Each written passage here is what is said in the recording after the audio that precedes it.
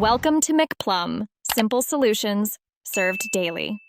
In this video, I will explain how to find your Tally activation key. First, check your Tally product box or the email you received after purchasing the software. The activation key is a unique 20-digit alphanumeric code essential for activating your Tally license. Make sure you have a stable internet connection before proceeding with the activation process. This ensures a smooth and successful setup for your Tally software. If you can't find the key physically, head over to the Tally Solutions website and log into your customer account. Your activation key is usually stored under sections like My Licenses or My Products.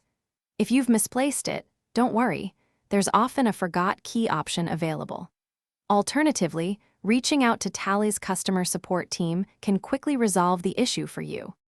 When reinstalling Tally software on a new or existing system, you typically don't need a brand new activation key if you're using the same license. Your existing license can be reactivated. Simply follow the on-screen instructions during the installation process. The system will guide you through reactivating your Tally, ensuring your data and features remain accessible without interruption. It's crucial to manage your Tally activation key carefully. Always store it in a secure yet easily accessible place, perhaps a digital document or a physical note. Remember, your activation key is unique to your license, so avoid sharing it with anyone unauthorized.